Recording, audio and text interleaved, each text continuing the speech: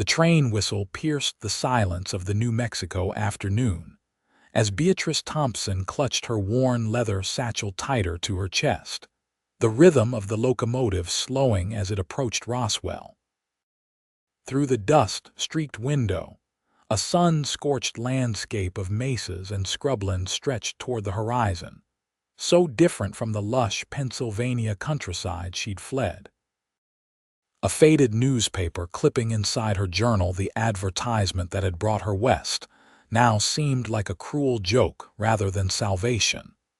The year was 1885, and Beatrice was 22 years old with nowhere to return to, and a future depending entirely on a man she'd never met. Roswell Station, Roswell, New Mexico Territory, called the conductor as he moved down the narrow aisle. Beatrice smoothed her gray traveling dress, careful to keep her gloved hands steady despite the trembling she felt inside.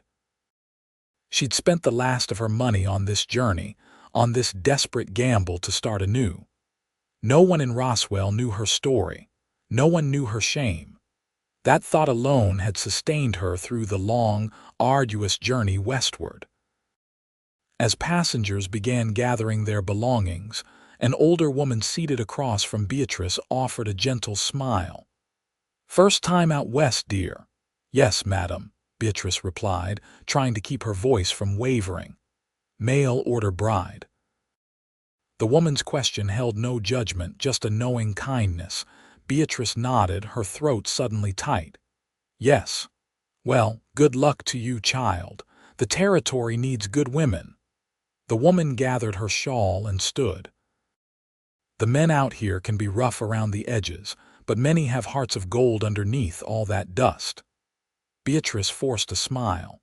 If only a good heart was all she needed. The train lurched to a final stop, belching steam and coal smoke into the dry air. Beatrice took a deep breath, collected her single trunk when the porter brought it, and stepped onto the platform. The late afternoon sun beat down mercilessly, the heat unlike anything she'd experienced back east. Passengers dispersed quickly, greeted by waiting family members or business associates. She stood alone, scanning the crowd for a man matching the description in their correspondence. Zachary Irwin, cattle rancher, 30 years old, 6 feet tall with dark hair. He'd written with a surprisingly eloquent hand for a cowboy, describing his ranch 10 miles outside of Roswell, his modest success, and his desire for a bride who would appreciate the beauty of the territory despite its hardships. What he didn't know was why she had answered his advertisement. What he didn't know was what she was running from. "Miss Thompson," the deep voice startled her. Beatrice turned to see a tall man approaching, his broad-shouldered frame blocking the sun. He removed his hat, revealing dark hair streaked with premature silver at the temples. His face was tanned and weathered by the elements, with lines etched around intense blue eyes that studied her carefully. "Mr. Irwin?" she asked. Although she knew it must be him, he nodded once. "Zachary Irwin, welcome to Roswell." He didn't smile, but his gaze wasn't unkind as it moved briefly over her travel-worn appearance. "I've got the wagon waiting. It's a fair ride to the ranch." His formality matched her own, creating an awkward distance that seemed appropriate given they were still strangers, despite their months of correspondence.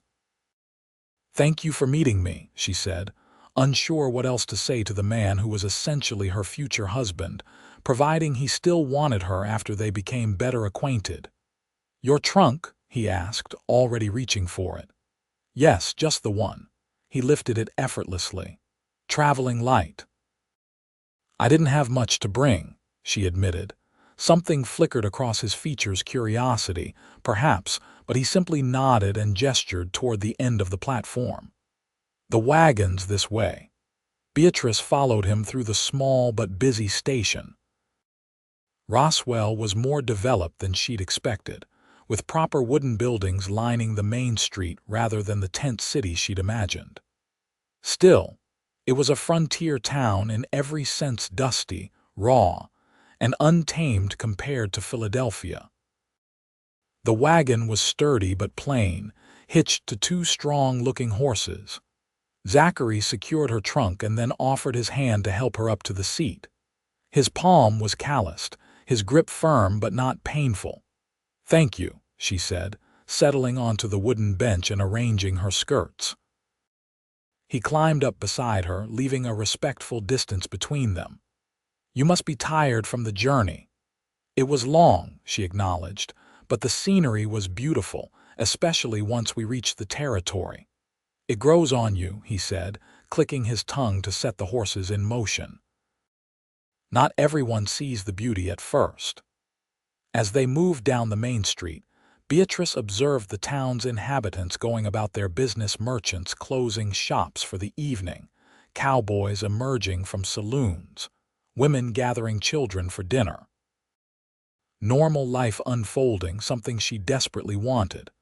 "We'll stop at Hawkins' General Store," Zachary said, breaking into her thoughts. "Get any supplies you might need before heading to the ranch." "That's considerate of you," Beatrice replied, her hands fidgeting in her lap. "Mrs. Hawkins might be good company for you, too. She came out as a mail-order bride herself, 15 years back." Beatrice turned to look at him, surprised by this thoughtfulness. "You know her well, small community," he explained. "Everyone knows everyone's business, for better or worse." He glanced at her. "That's something you should know right off." The implication wasn't lost on Beatrice. Her heart quickened as anxiety rose in her chest. Would her past follow her here? Would whispers reach Roswell?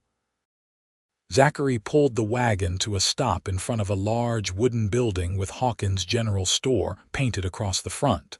He jumped down and came around to help her, his movements efficient rather than gallant.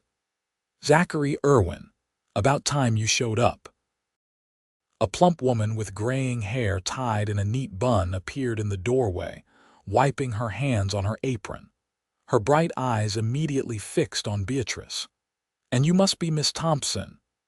"Yes, madam," Beatrice replied, feeling oddly exposed under the woman's friendly but assessing gaze. "Clara Hawkins," the woman said, extending her hand. "Welcome to Roswell. We've all been waiting to meet Zach's bride-to-be." "Thank you," Beatrice said, shaking the offered hand and trying not to show how the word bride-to-be made her stomach tighten with both hope and fear. Come in, come in. You must be parched after that journey." Mrs. Hawkins ushered them inside the store, which was filled with everything from barrels of flour to bolts of fabric to farming implements. "We need some supplies," Zachary said. "And Miss Thompson might want a few things for herself." "Of course she does," Mrs. Hawkins said cheerfully. "You men never think of the little comforts a woman needs." She turned to Beatrice. "Come with me, dear. We'll get you sorted while Zach gets his feed and whatnot." Beatrice followed the woman toward the back of the store, glancing back to see Zachary already engaged in conversation with an older man who must have been Mr. Hawkins. "Now," Mrs. Hawkins said in a lower voice once they were alone, "how are you really, my dear? It's not easy coming all this way to marry a man you've never met." The kindness in her voice nearly undid Beatrice's carefully maintained composure. "I'm managing," she answered honestly.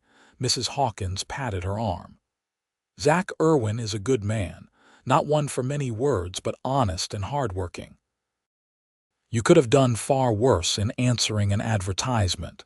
"You came as a mail-order bride too?" Beatrice asked, remembering what Zachary had mentioned. "I did indeed. From Chicago in '70. Never regretted it a day, though the first year was harder than I expected." She smiled. "Thomas and I have built a good life here. Did you?" Beatrice hesitated, then found courage in the woman's open expression. "Did you have things you were running from?" Something knowing flickered in Mrs. Hawkins' eyes. "Many of us did, dear. The West is a place for second chances." She squeezed Beatrice's hand. Whatever brought you here, it's behind you now. Beatrice swallowed hard against the sudden lump in her throat. If only it were that simple. They selected some necessities: soap, hairpins, writing paper, and a few yards of practical fabric. When they rejoined the men, Zachary was paying for feed, flour, coffee, and other supplies. "All set?" he asked, his eyes meeting Beatrice's briefly. "Yes, thank you," she replied. "Mrs. Hawkins insisted they take some fresh bread and preserves for their dinner." "The ride to Zach's place is long enough without arriving to an empty pantry," she said, pressing the package into Beatrice's hands. After loading the supplies and saying their goodbyes, they were back on the road, leaving Roswell behind as they headed into open country. The silence between them stretched uncomfortably until Zachary finally spoke. "I should tell you about the ranch," he said, eyes fixed on the trail ahead.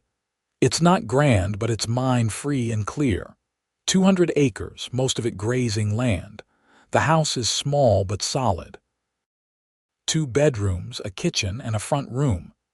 "It sounds lovely," Beatrice said, trying to picture it. "It's rough compared to what you're probably used to in Philadelphia." "I didn't live in luxury there," she replied softly. He glanced at her. "Your letters didn't say much about your life before." Beatrice tensed. There wasn't much to tell. "Everyone has a story, Miss Thompson." The statement hung between them, neither accusation nor invitation, simply fact. "My parents died when I was 18, she offered finally. "I worked as a seamstress and then as a shop girl in a milliner's shop." "It wasn't a lie, just not the full truth." "I'm sorry about your parents," he said. "Thank you." The sun was beginning its descent toward the western horizon, painting the landscape in gold and amber hues. Despite her anxiety, Beatrice couldn't help being awed by the vastness surrounding them. "It's beautiful," she murmured, almost to herself. "Different from back east," Zachary commented. "Very, but there's something honest about it." He looked at her then, really looked at her as if reassessing something. "That's a good way of putting it, honest. The land doesn't pretend to be anything it's not." The statement felt pointed, though his tone remained neutral. Beatrice wondered if he could somehow sense the secrets she carried, if her shame was somehow visible despite her efforts to conceal it.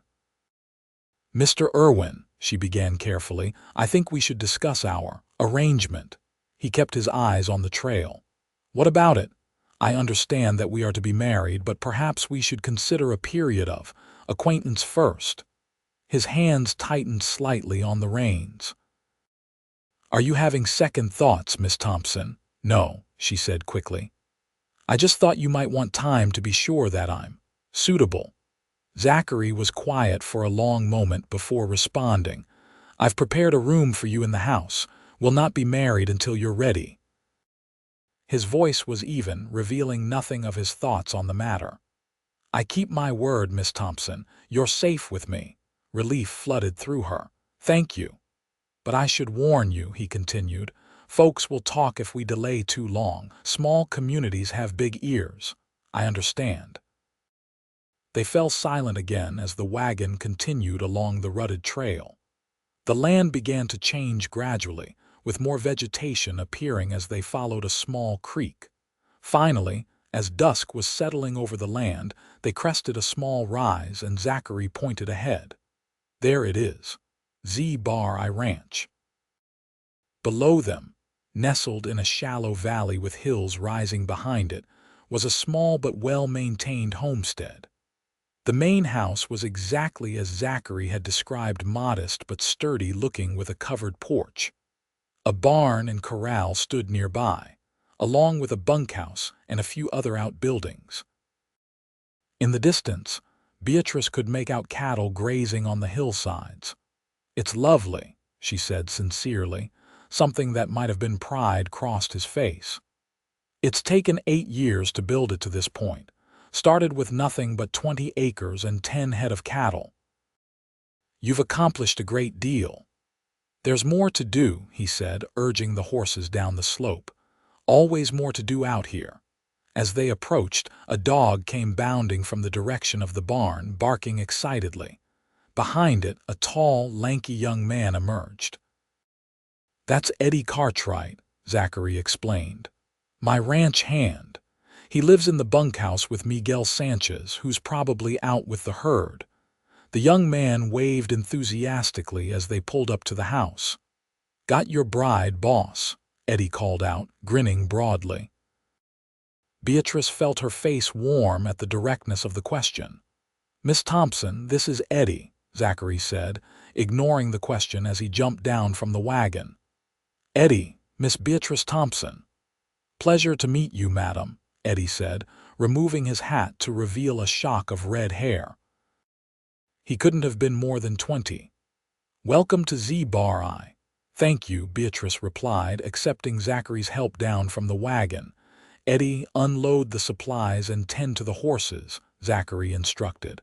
"I'll show Miss Thompson to the house." "Yes, sir," Eddie said cheerfully, already moving to unhitch the team. Zachary retrieved Beatrice's trunk and led her toward the house. The porch steps creaked slightly under their weight. He balanced the trunk against his leg as he opened the door. "It's not locked?" Beatrice asked, surprised. "No need out here," he replied, "though there's a bolt inside if you want it." He carried her trunk inside and set it down in the front room. Beatrice looked around, taking in her new surroundings. The space was simple but clean, with a stone fireplace dominating one wall. Functional furniture, a table with 4 chairs, a sofa covered in faded fabric, and a rocking chair filled the room. A few bookshelves held an unexpected number of volumes. "You like to read," she observed. "Winter nights are long," he said with a shrug. "Kitchen's through there. Your room is this way." He led her down a short hallway to a room at the back of the house. It was small but neat, with a bed covered in a colorful quilt, a dresser, and a washstand. Fresh flowers stood in a jar on the windowsill, a thoughtful touch that surprised her. "It's lovely," she said, genuinely pleased. "Thank you. Mrs. Hawkins helped ready it," he admitted. "Said a woman would want things just so. She was very kind." Zachary nodded. "I'll bring your trunk in, then leave you to settle. There's water in the pitcher and the outhouse is out back. We can heat water for a proper bath tomorrow if you'd like." "That would be wonderful," Beatrice said, suddenly acutely aware of the layers of travel dust clinging to her skin and clothes. He brought her trunk in, setting it at the foot of the bed. "I'll prepare some supper." "Nothing fancy, but filling enough." "I could help," she offered. "Rest," he said. "There'll be time enough for you to take over the kitchen." After he left, closing the door behind him, Beatrice sank onto the edge of the bed, overwhelmed by the reality of her situation. She was here in New Mexico territory, in the home of a man she barely knew, preparing to start a new life. She rose and went to the small window. The sun had set, painting the western sky in deep purples and fading orange. The land stretched away into darkness, vast and unknown, like her future. Beatrice unpacked a few essential items, changed into a cleaner dress, and used the water in the pitcher to wash her face and hands. The cool water revived her somewhat, washing away some of the exhaustion of travel. When she emerged from her room, she found Zachary at the stove, stirring something that smelled surprisingly good. "Bean stew with ham," he explained, seeing her curious look. "And Mrs. Hawkins' bread. Not fancy, like I said, but it'll do." "It smells wonderful," she said honestly. "I haven't had a proper meal since yesterday." He ladled the stew into 2 bowls and set them on the table, along with the bread and preserves. They sat across from each other, an awkward silence falling between them until Zachary spoke. "We should say grace," he said, surprising her again. He bowed his head. "Lord, thank you for this food and for bringing Miss Thompson safely to us. Amen." "Amen," Beatrice echoed softly. They ate in silence for a few minutes before Zachary spoke again. "Tomorrow I'll show you around the ranch. You should rest in the morning, though. The journey takes a toll. I'm not afraid of hard work, Mr. Irwin, Zachary, he corrected. If we're to be married, you should use my Christian name. Zachary, she repeated, the intimacy of it strange on her tongue. And you should call me Beatrice, he nodded. Beatrice. A beat passed. It's a pretty name. Thank you. Silence fell again, but somehow less uncomfortable than before. If you don't mind my asking, Beatrice ventured, why did you advertise for a bride? Surely there are women in Roswell. Zachary considered the question, setting down his spoon. Not many unmarried ones my age, and those few are spoken for or not interested in ranch life. He paused. I've been building this place for 8 years. It's time to think about the future. A ranch needs children to pass it on to. His frankness didn't offend her. She appreciated it. That's understandable. And you? He asked. Why answer an advertisement from a stranger in New Mexico territory? Philadelphia must have plenty of men looking for wives. Beatrice's hand stilled. This was the moment she'd been dreading, when her past would begin to seep into her present. I needed a fresh start, she said finally, unable to meet his eyes. Running from something, her head snapped up at his directness. You don't have to tell me now, he said, his voice softer than before. Everyone out here is running from something, Beatrice. The past, debts, the law, heartbreak. We don't ask too many questions. Relief washed through her, though she knew it was only temporary. Eventually she would have to tell him. Eventually he would have to know what kind of woman he'd brought into his home. Thank you, she whispered. Zachary studied her for a long moment, his blue eyes intent but not unkind. Whatever you're carrying, whatever shame brought you here, it can stay back east. Out here, you're starting fresh. The words struck her heart like a physical blow. How had he seen through her so easily? Was her guilt so clearly written on her face? It's not that simple, she managed, her voice barely audible. It can be, he said firmly, if you let it. Beatrice wanted desperately to believe him, but the weight of her secret felt too heavy to simply set aside. Still, his words offered a glimmer of hope she hadn't expected.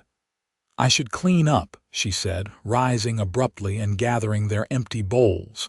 Leave it, Zachary said, standing as well. You're tired, I'll see to it.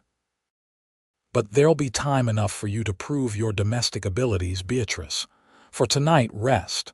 Too exhausted to argue, she nodded. Good night, then, and thank you for the meal. Good night.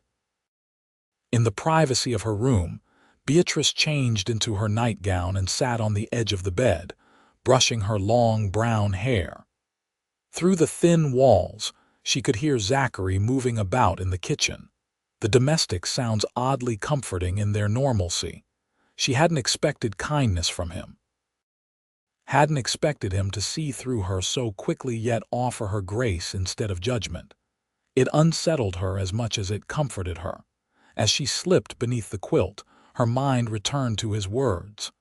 Whatever shame brought you here, it can stay back east. Out here, you're starting fresh. If only it were that easy to leave the past behind. If only shame didn't follow like a shadow, darkening even the brightest hopes. Sleep claimed her eventually, but her dreams were troubled by memories she couldn't outrun, not even in a land as vast as the New Mexico territory. Morning came with the crowing of a rooster and the soft golden light of dawn filtering through the simple muslin curtains. For a disorienting moment, Beatrice didn't know where she was. Then reality settled around her. She was in Zachary Irwin's ranch house, hundreds of miles from Philadelphia, starting a new life. She rose, washed quickly in the cold water left in the pitcher, and dressed in one of her plainer dresses, suitable for a day around the ranch. After pinning up her hair in a simple style, she emerged from her room to find the house empty but the scent of coffee lingering in the air. A note sat on the table. Gone to check cattle. Back mid-morning. Coffee on stove. Z. The thoughtfulness surprised her once again. She poured herself a cup of the strong brew and stepped outside onto the porch. The morning air was crisp and clear, the landscape stretching out before her in shades of gold and green that looked almost unreal after the gray confines of Philadelphia. A movement caught her eye. Eddie, walking from the bunkhouse toward the barn, whistling cheerfully. He spotted her and waved. "Morning, Miss Thompson. Boss said to tell you he'd be back soon. Sleep well." "Yes, thank you," she called back, though it wasn't entirely true. "Miguel's making breakfast in the bunkhouse if you're hungry. He makes the best flapjacks this side of the Rio Grande." "That's very kind, but I should wait for Mr. Irwin." Eddie grinned. "Suit yourself, madam. But don't say I didn't warn you the boss can't cook worth beans, 'cept for that stew." With a tip of his hat, he continued toward the barn, leaving Beatrice to consider the ranch in the morning light. It was more impressive than it had seemed in the dusk of the previous evening. The buildings were well maintained, the fences sturdy, the cattle she could see in the distance healthy and numerous. Zachary Irwin might be a man of few words, but his actions spoke volumes about his character. He had built something substantial here, something with a future. A future she might share, if she could find the courage to tell him the truth, and if he could find the grace to accept it. Beatrice spent the morning exploring the house more thoroughly, taking note of what supplies were available and what might be needed. The kitchen was serviceable but sparse, clearly the domain of a man who saw food as fuel rather than pleasure. The pantry contained basic staples: flour, sugar, coffee, beans, and preserves, but little else. She would need to plan a more substantial shopping trip to Roswell soon. She was sweeping the front room when she heard hoofbeats approaching. Looking out the window, she saw Zachary riding toward the house, tall and straight in the saddle, his hat pulled low against the morning sun. Something in her chest tightened at the sight, not quite attraction, not yet, but a recognition of the kind of man he was. Solid, dependable, a man of the land. When he entered the house, the space seemed suddenly smaller, his presence filling it in a way that wasn't threatening but was certainly commanding. "You're cleaning," he observed, removing his hat. "You didn't have to do that." "I wanted to familiarize myself with the house," she explained. "And I prefer to be useful," he nodded. "Fair enough." His eyes moved over her, not in an improper way but assessingly. "You look better rested." "I am, thank you." An awkward silence fell between them, broken when he said, "I promised to show you around the ranch. Are you up for a ride?" "I'd like that very much," Beatrice replied, "though I should warn you I'm not an accomplished horsewoman. We've got a gentle mare that'll suit you fine. Can you ride astride? Side saddle is impractical out here." Beatrice hesitated. In Philadelphia, ladies of any standing rode side saddle. But she wasn't in Philadelphia anymore, and practicality would have to outweigh propriety. "I can manage," she said. "You'll need different clothes," he observed, looking at her dress. "I've got some old trousers might fit you with a belt. Not proper, but better than ruining your dress." The idea of wearing men's clothing should have scandalized her, but instead she found herself nodding. That would be sensible. He disappeared into his room and returned with folded clothing: trousers, a shirt, and suspenders, all well worn but clean. "They'll be big, but they'll do for now. You can change while I saddle the horses." Alone in her room, Beatrice stared at the men's clothing laid out on her bed. Such an arrangement would have been unthinkable back east, but here the rules were different. She slipped out of her dress and into the oversized clothes, rolling up the sleeves and pant legs and securing the waist with the belt Zachary had provided. When she emerged, feeling both ridiculous and strangely liberated, she found him waiting on the porch. His eyes widened slightly at the sight of her, then crinkled at the corners in what might have been amusement. "Well, You won't win any fashion contests, but you'll stay in the saddle." "I feel rather scandalous," she admitted. "Out here, practical trumps proper every time," he said, leading her toward the barn where 2 horses stood saddled and waiting. "This is Daisy. She's steady and sweet-tempered." The mare was a soft dun color with gentle eyes. Beatrice approached cautiously, extending a hand for the horse to sniff. "Hello, Daisy. You've been around horses before," Zachary observed. "My father kept a carriage horse when I was young," she explained, "before things changed." He helped her mount, his hands strong and sure as he boosted her into the saddle. The sensation of sitting astride was strange. Her legs spread in a most unladylike manner, but she had to admit it felt more secure than perching sideways had ever been. Zachary swung easily onto his own mount, a larger bay gelding. "We'll take it slow. Follow the creek up to the north pasture. The land opens up there, gives you a good view of the whole operation." They rode at a walk, Zachary pointing out features of the ranch as they went: the vegetable garden he'd neglected, the fruit trees he'd planted 3 years ago that were just beginning to bear, the spring that provided their water even in the driest months.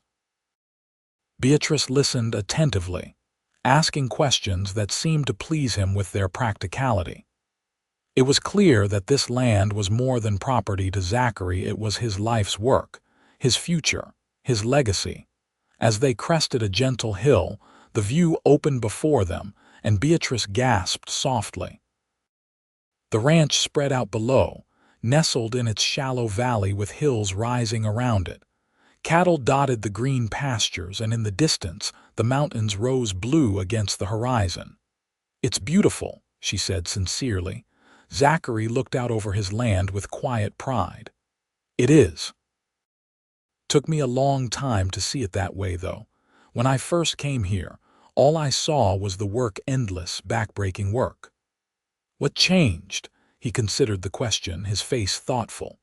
"One evening, about 3 years after I started, I was riding back to the house after a hard day. The sun was setting, painting everything gold.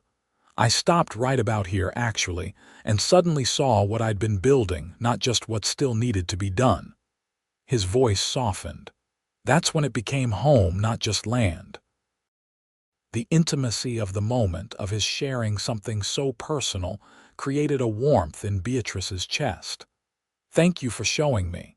He nodded, then pointed to the far pasture. "That's Miguel with the main herd. We should ride over, introduce you."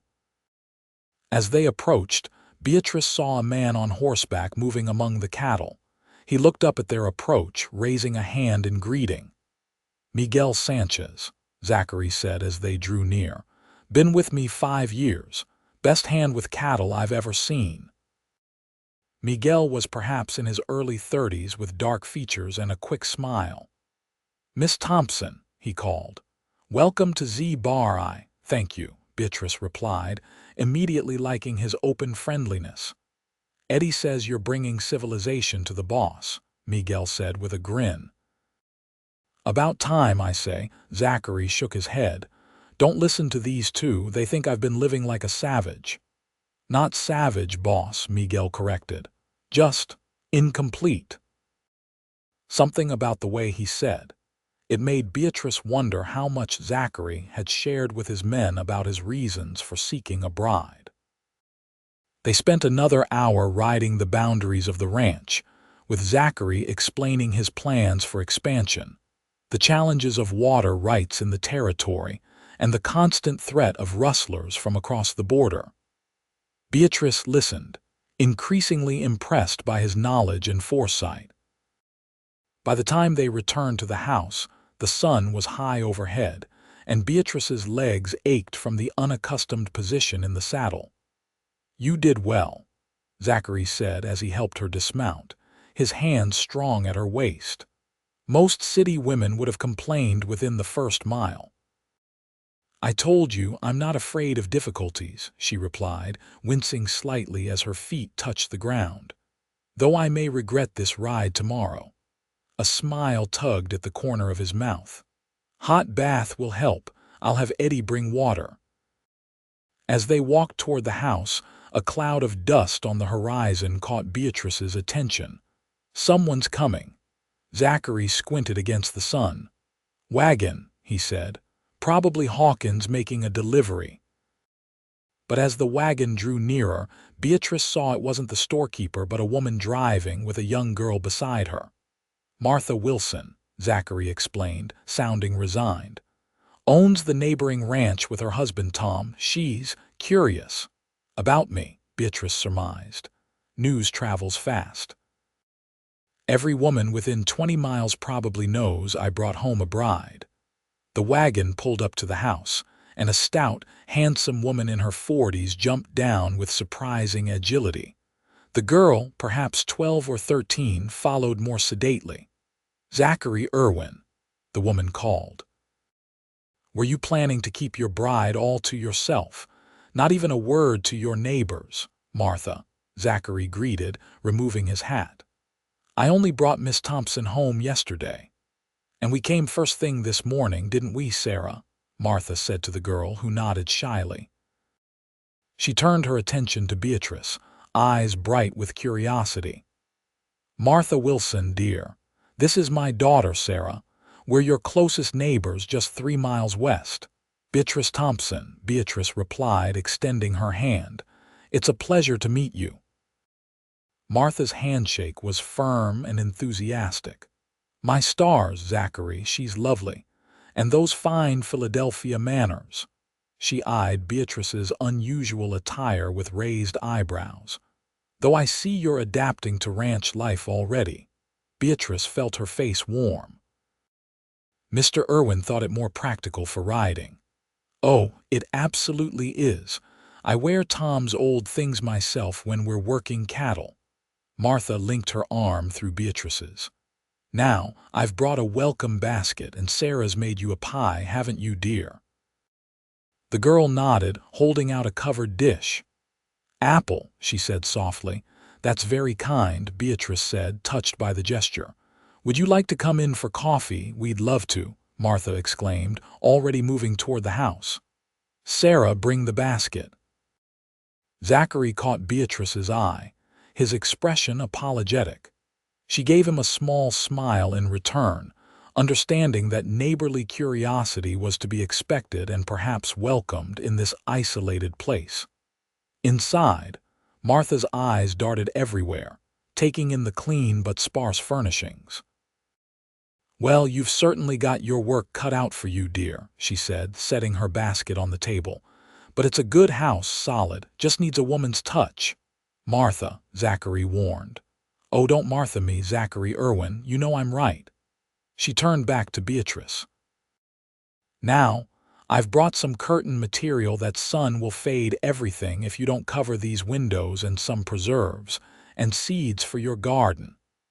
"That's incredibly generous," Beatrice said, overwhelmed by the kindness of this near stranger. "Nonsense. That's how we survive out here, looking after each other." Martha's eyes softened. "It's not easy being a woman in this territory. We have to stick together." While Martha chattered on about the local families, the church in Roswell, and 100 other details Beatrice tried to absorb, Zachary made coffee and set out some of Mrs. Hawkins' bread with butter and honey. "So," Martha said finally, leaning forward conspiratorially, "when's the wedding?" "I assume Reverend Jenkins will perform it." Beatrice froze, her coffee cup halfway to her lips. She glanced at Zachary, uncertain how to respond. "We haven't set a date," Zachary said calmly. "Miss Thompson and I are still getting acquainted." Martha's eyebrows shot up. "Getting acquainted." "But I thought," she stopped, looking between them with newfound understanding. "Oh, I see. Well, that's very proper of you, Zachary." The implication was clear. Most mail-order marriages were performed swiftly, with little time for getting acquainted. "Miss Thompson deserves time to be sure of her decision," Zachary said firmly. Something in his tone must have warned Martha not to press, because she quickly changed the subject. Well, in any case, you must come to Sunday dinner this week.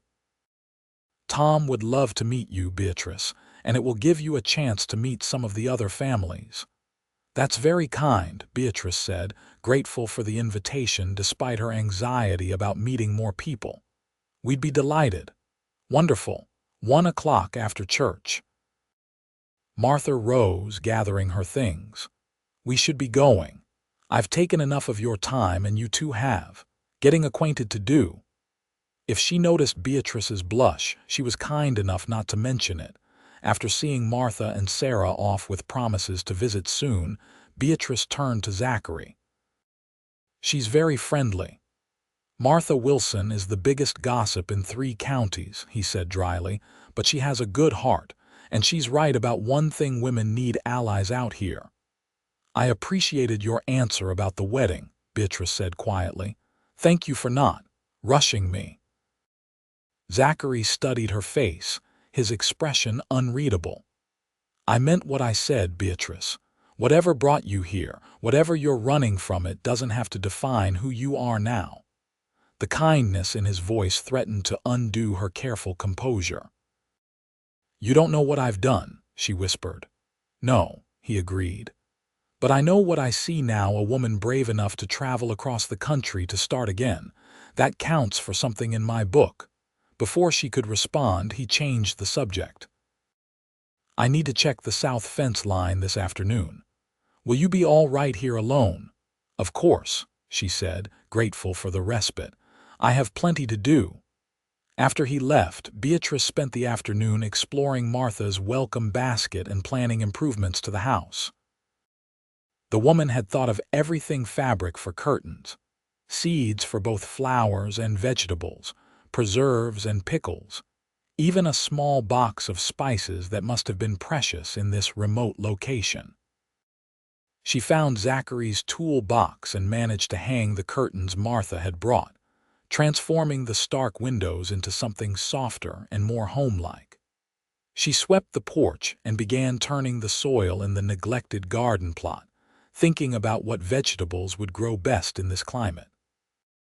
The physical labor was a balm to her troubled mind, keeping her too busy to dwell on the past or worry about the future.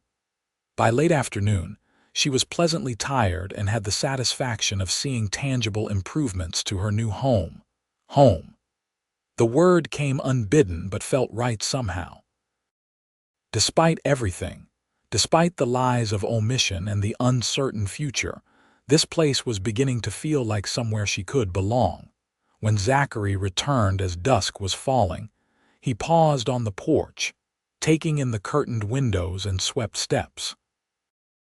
You've been busy, he observed as he entered. Martha's basket was very generous, Beatrice explained. I hope you don't mind the changes. It's your home too now, he said simply. Or it will be. The qualification hung between them, a reminder of all that remained unresolved. I've prepared supper, she said, changing the subject. Nothing fancy, but better than bean stew, I hope. He smiled slightly at that. Anything would be. They ate together, more comfortably than the previous evening, discussing the ranch and Martha's visit, and plans for improvements to the house. It was almost domestic, almost normal, as if they were truly a husband and wife sharing the events of their day. After they'd cleared away the dishes, Zachary surprised her by retrieving a book from the shelf. You like poetry? He asked.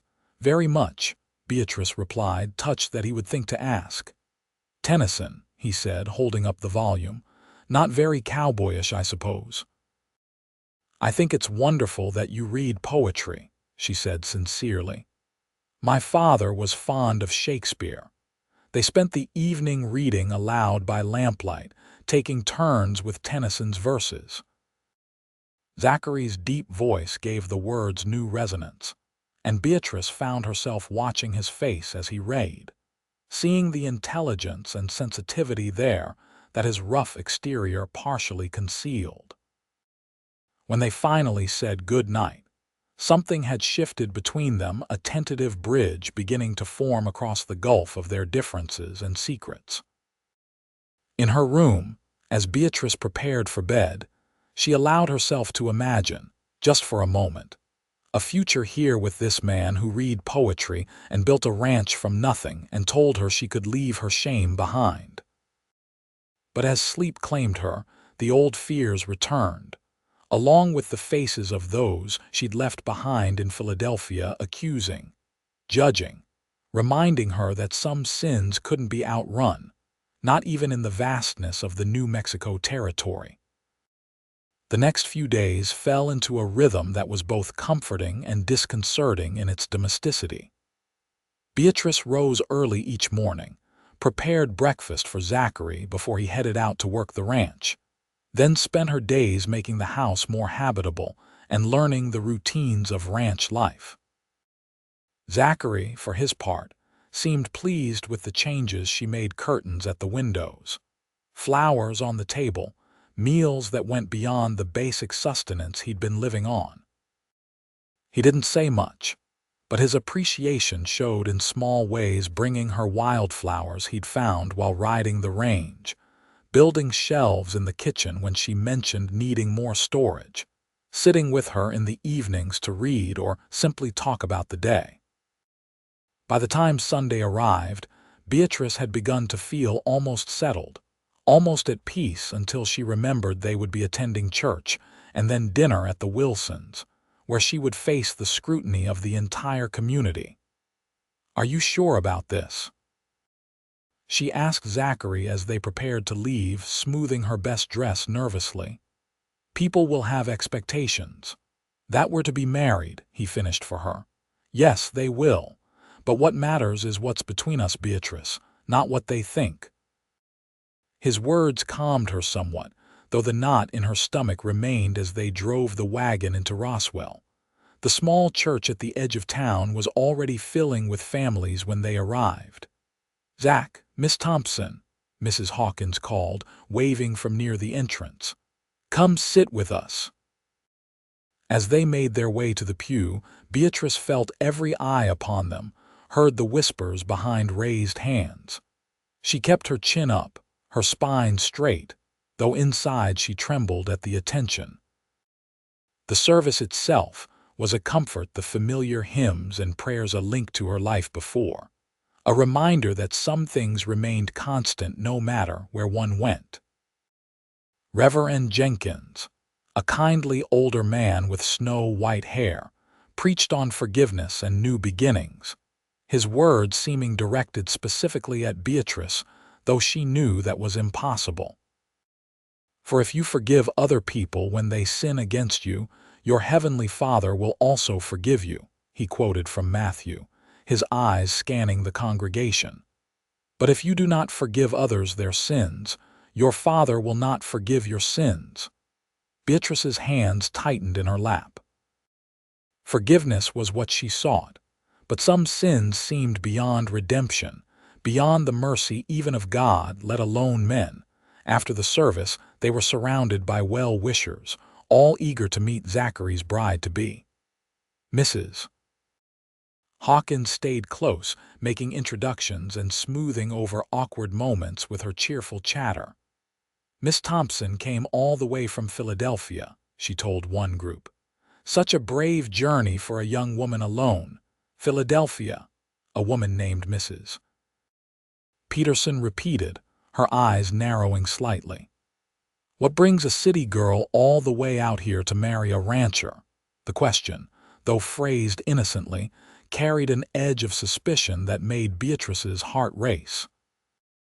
"The same thing that brings anyone to the territory," Zachary answered before she could, his voice calm but firm.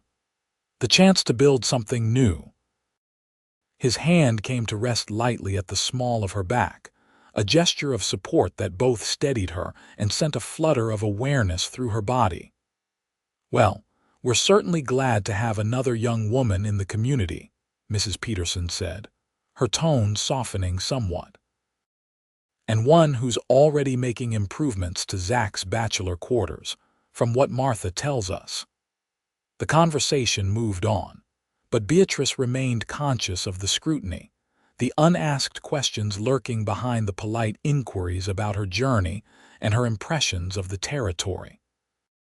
By the time they left for the Wilsons' ranch, she was exhausted from the effort of maintaining her composure, of presenting herself as someone worthy of Zachary Irwin and this community's acceptance.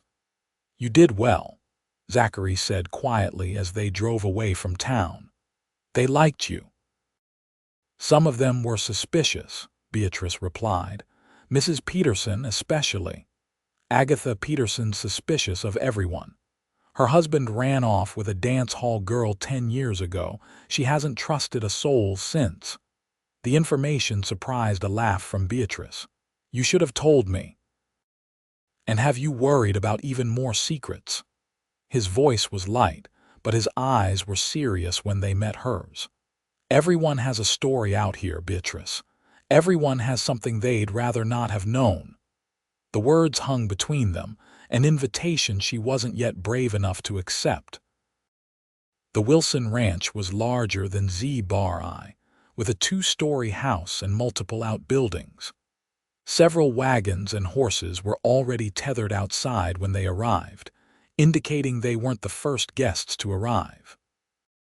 Tom Wilson met them at the door, a big, hearty man with a booming voice who engulfed Beatrice's hand in both of his. "Welcome to the family, Miss Thompson," he exclaimed. "Martha hasn't talked of anything else since she met you. Says you're already civilizing our bachelor friend here." "Tom," Zachary said with a hint of warning.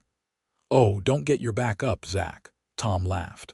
"We're all just happy to see you settling down with such a fine lady." Inside, Martha had prepared a feast that would have fed twice the number of guests present. The large dining room was filled with families Beatrice had met at church, along with several ranch hands and a few people who had traveled from neighboring properties, too distant to attend services regularly. Beatrice found herself seated between Zachary and an elderly woman introduced as Mrs. Abernathy, whose husband had been one of the first settlers in the area. "So you're from Philadelphia," Mrs. Abernathy said, her roomy eyes sharp with interest. "What did your family think of you coming all this way to marry a stranger?" "My parents passed away several years ago," Beatrice replied carefully. "I have no immediate family. No one at all. No aunts or uncles or cousins who might wonder what became of you." The question sent a chill down Beatrice's spine. "None that I'm in contact with," she said, which was true enough. Mrs. Abernathy murmured, clearly not satisfied with the answer. "Seems unusual for a young woman of good breeding to have no connections whatsoever." "Mrs. Abernathy," Zachary interrupted, his voice polite but firm. "Beatrice has traveled a very long way to start a new life here. Perhaps we could focus on the future rather than the past." The old woman harumphed but turned her attention to her plate, allowing Beatrice a moment to gather herself. Under the table, Zachary's hand found hers, giving it a reassuring squeeze. The gesture, small as it was, nearly undid her. This man, who knew so little about her, yet defended her without hesitation, who offered support without demanding explanations, he was nothing like the men she had known in Philadelphia. As the meal progressed, Beatrice gradually relaxed, listening to the conversation flow around her talk of cattle prices and water rights, gossip about people she didn't yet know, stories of the early days of settlement that Mrs. Abernathy was persuaded to share. These people had built lives in this harsh, beautiful land, had created a community where before there had been only wilderness. There was something deeply appealing about their resilience, their practicality, their willingness to judge a person by their actions rather than their background. After dinner, the men moved to the porch to smoke and discuss business, while the women cleared the table and gathered in the parlor. Beatrice helped with the dishes, eager to show her willingness to contribute. "You don't have to do that, dear," Martha protested. "You're a guest." "I'm happy to help," Beatrice insisted, and I'd like to learn your recipe for that remarkable berry pie." Martha beamed at the compliment. "Family secret, but for you, I'll make an exception."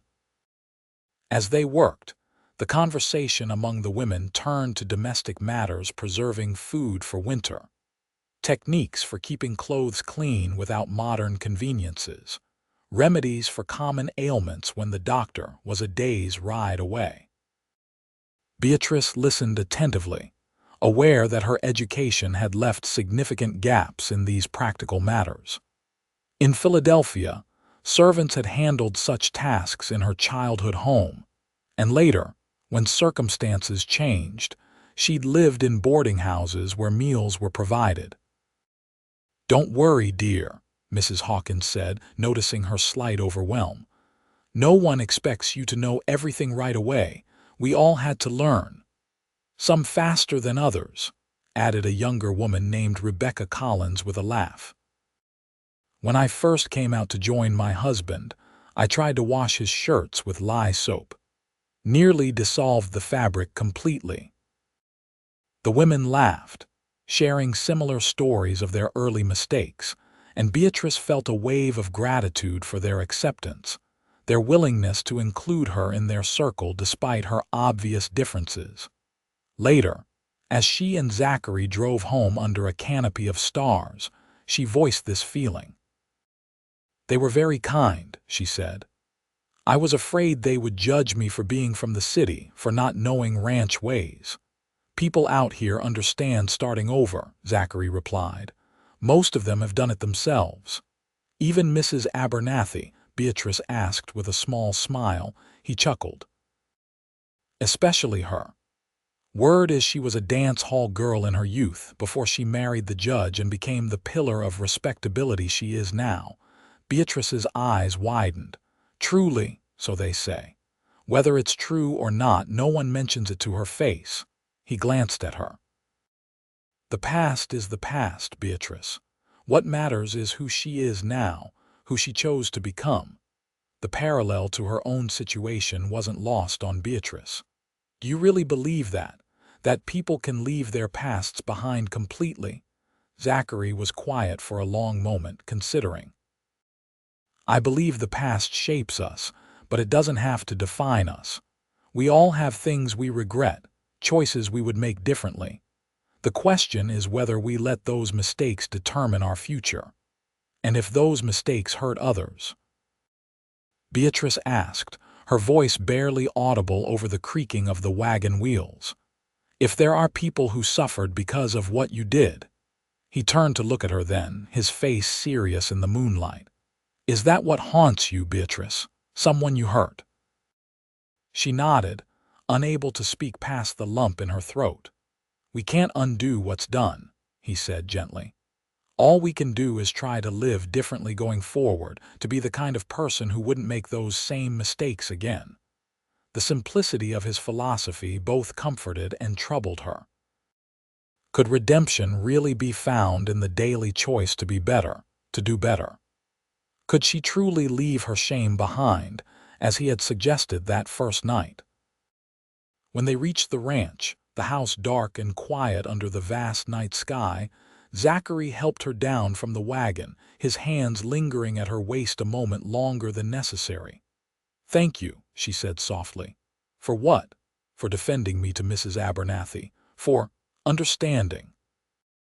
He studied her face in the moonlight. "I don't know your story yet, Beatrice, but I know you're a good woman. I see it in how you treat others, in the care you take with my home, in your willingness to adapt to this life."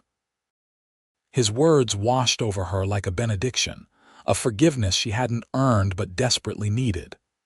"Zachary," she began, gathering her courage, "there's something I need to tell you, something you should know before we go any further with our arrangement." He nodded, his expression serious but not apprehensive. "All right." "Not tonight," she said, suddenly aware of her exhaustion. "Tomorrow, when we're both rested." "Tomorrow," he agreed. That night, lying in her bed, Beatrice rehearsed what she would say. how she would explain the circumstances that had driven her to answer an advertisement for a mail-order bride thousands of miles from home. She tried to imagine his reaction: anger, disappointment, rejection, and steeled herself for the possibility that this brief respite, this taste of belonging, might soon end. Sleep came eventually, but it was restless, filled with dreams of Philadelphia and the faces of those she'd left behind, accusing, pleading, haunting her even across the vast distance she'd put between them. Morning arrived with a clarity that seemed almost cruel given the turmoil of her thoughts. Beatrice rose early, determined to face whatever the day might bring with as much dignity as possible. She dressed carefully in one of her better dresses, pinned her hair neatly, and went to prepare breakfast. Zachary was already at the stove when she entered the kitchen, frying bacon in a cast-iron skillet. He looked up at her entrance, his expression warm but curious. "You're dressed formally for a Monday," he observed, "I thought, given our conversation last night." She faltered, uncertain how to proceed. He nodded, understanding. "After breakfast, then. We can talk in the front room." The meal passed in silence, neither of them able to make the usual morning conversation with the weight of what was to come hanging between them. When they had finished, Zachary poured more coffee and led the way to the front room, gesturing for her to take a seat on the sofa while he settled into the chair across from her. "All right," he said simply. "I'm listening." Beatrice took a deep breath, her hands clasped tightly in her lap. "I told you my parents died when I was 18, she began. "What I didn't tell you was that their deaths left me destitute. My father had made some unwise investments and there were substantial debts." Zachary nodded, his face impassive, waiting for her to continue. "I had few options. No relatives willing to take me in, no dowry to attract a suitable husband. I found work as a seamstress, which paid poorly but allowed me to survive." She swallowed hard. "And then I met Charles Blackstone." The name still had the power to make her stomach clench with a mixture of shame and anger. "He was handsome, charming, from a good family. He took an interest in me, courted me, or so I thought." Zachary's eyes narrowed slightly, but he remained silent. "We became close." Beatrice felt her face flush. "He promised marriage and I believed him. I was young and desperate for security, for affection." Understanding dawned in Zachary's eyes. "He took advantage of your situation." "Yes," she whispered. "And when I discovered I was with child, he denied everything, said I was trying to trap him, that I had been intimate with others. His family threatened to have me arrested for attempting to extort them if I persisted in my claims." Zachary's jaw tightened, a muscle working in his cheek. "The child," tears filled Beatrice's eyes. "I lost the baby in my 4th month." Perhaps it was for the best. An unmarried mother has few options, and those that exist are grim indeed. "I'm sorry," he said, and the simple sincerity in his voice nearly broke her. "After that, I could find no respectable employment. My reputation was ruined." Charles had made sure of that, spreading rumors throughout the community. Beatrice blinked back tears. "I was forced to take work in establishments where questions weren't asked about a woman's past." "You did what you had to do to survive," Zachary said quietly. "Yes, but at what cost?" "I served drinks in places where respectable women would never set foot. I endured propositions and insinuations. She faltered, unable to meet his eyes. "I never sold myself, but I came closer to that edge than I care to remember." Silence fell between them, heavy with the weight of her confession. "Is that all?" Zachary asked finally. Beatrice looked up, startled. "Isn't it enough? I deceived you, pretended to be someone I'm not, a respectable woman worthy of being your wife. You told me you were a seamstress and shopgirl. That wasn't a lie. But I omitted the rest. I let you believe I was untouched, pure." Zachary leaned forward, his elbows on his knees. Beatrice, I never asked about your virtue. It wasn't in my advertisement and it wasn't in our correspondence. But surely you expected, what I expected, he interrupted, was a woman willing to share my life here to help build something lasting. A partner, not a saint. She stared at him, uncomprehending. You're not. Disgusted, angry. At what? That a young woman without resources was taken advantage of by a wealthy man who faced no consequences for his actions. That society punished you for his crime. His voice had an edge to it now, not directed at her but at the injustice of her situation. No, I'm not angry at you, Beatrice. I'm furious at a world that would treat you that way. Tears spilled over, running down her cheeks. But my reputation is no one's business here but ours. Zachary's voice softened. The mail-order bride was carrying shame, and the cowboy said, "Leave it behind, you're starting fresh." He reached across the space between them to take her hands in his.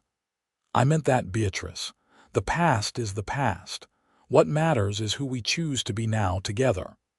The simplicity of his acceptance, the depth of his understanding, overwhelmed her. For so long, she had carried the weight of her shame, letting it define her, believing it made her unworthy of a decent man's love or respect. And here was this man, this cowboy from the wild territory, offering her exactly what she had thought forever beyond her reach: a clean slate, a fresh start, the chance to define herself by something other than her worst mistake. I don't know what to say, she whispered. Say you'll stay, he replied. Say you'll give us this place, this life, a real chance. What about the others? Mrs. Abernathy, the Wilsons. If they ever found out, they won't, Zachary said firmly. But even if they did, people out here understand survival, Beatrice.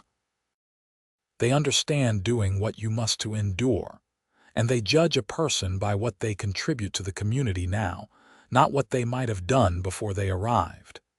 He rose and moved to sit beside her on the sofa, still holding her hands. I'm not saying it would be easy. People gossip. That's human nature. But you'd have me beside you, defending you. And the Hawkinses and the Wilsons too, I'd wager.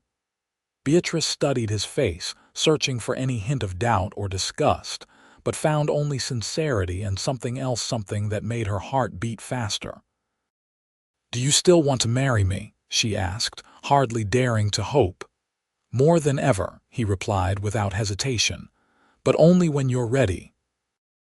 Only when you really believe that you deserve happiness, that you've punished yourself enough for a mistake that wasn't entirely yours to begin with.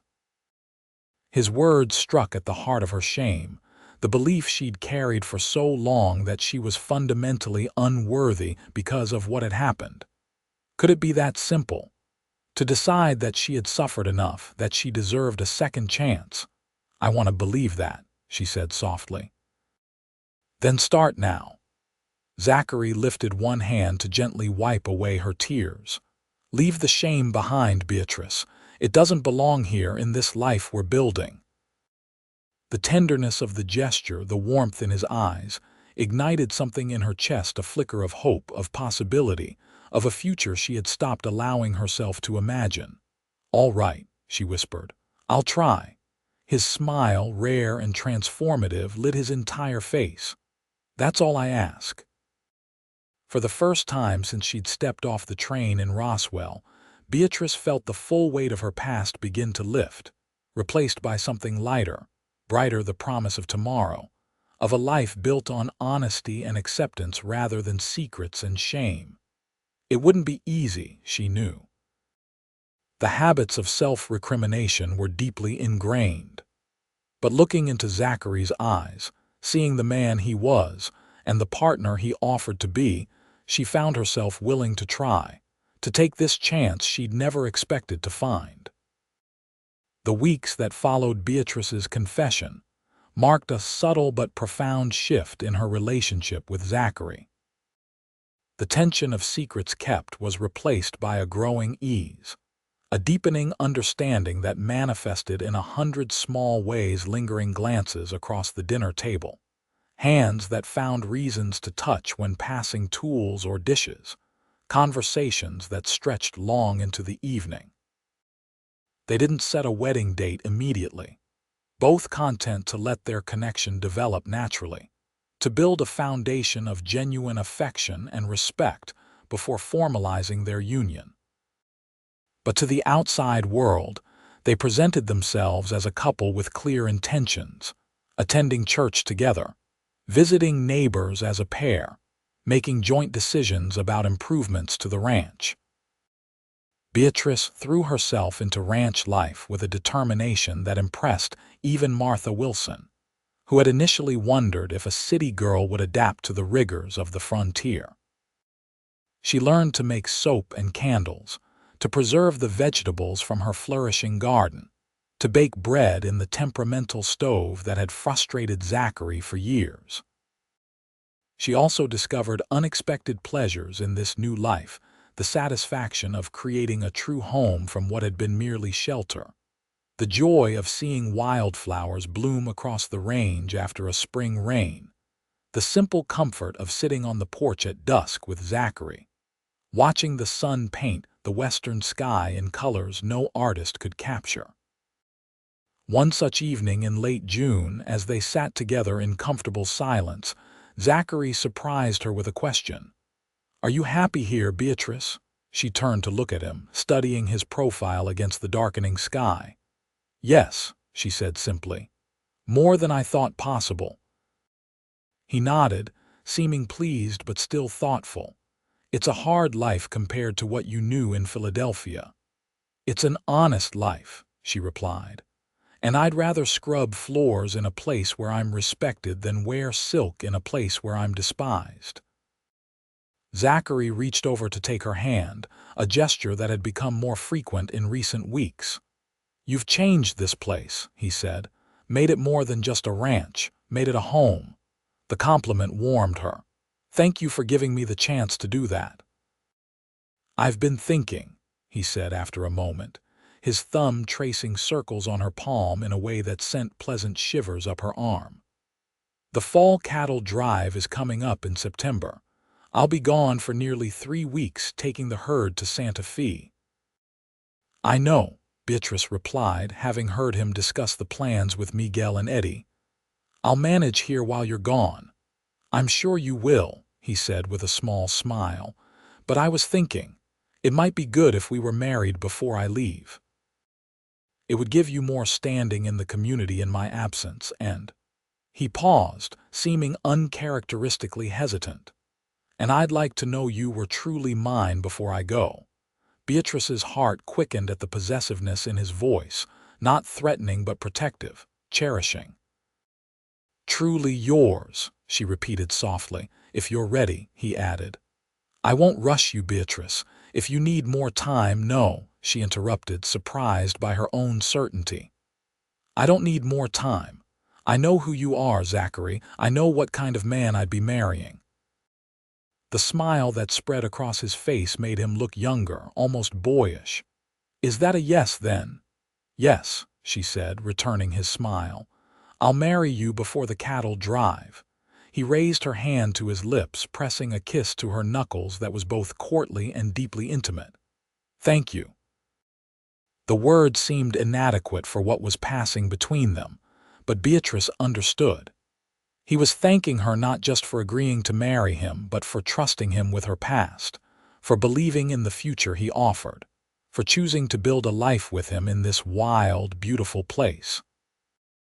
"We should set a date," she said practically, "and speak to Reverend Jenkins." "Next Sunday," Zachary suggested. "After church, simple ceremony, then dinner here for our friends." The urgency surprised her. "So soon? Too soon?" he asked, concern creasing his brow. "No," she assured him. "Just unexpected." "I've waited long enough," he said, his voice deepening. "And I think you have too." The look that accompanied his words sent heat spreading through her body. In the months since her arrival, Zachary had been unfailingly respectful, careful never to push for physical intimacy beyond the occasional touch of hands or kiss on the cheek. But she had seen the way he watched her sometimes. When he thought she wasn't looking, the hunger in his eyes quickly veiled when she turned her attention to him. She had wanted him too, with an intensity that sometimes shocked her. Charles had awakened her body to desire, but what she felt for Zachary was different, deeper, richer, tied to respect and admiration rather than mere physical attraction. "Next Sunday, then," she agreed, her voice slightly breathless. He stood, pulling her gently to her feet and into his arms, their first true embrace. Beatrice went willingly, her hands coming to rest on his chest, feeling the solid strength of him, the steady beat of his heart. "I should have done this months ago," he murmured, one hand cupping her cheek, the other resting at the small of her back. "We weren't ready then," she whispered, understanding now how right it had been to wait, to build something real between them before taking this step. "And now?" he asked, his face inches from hers.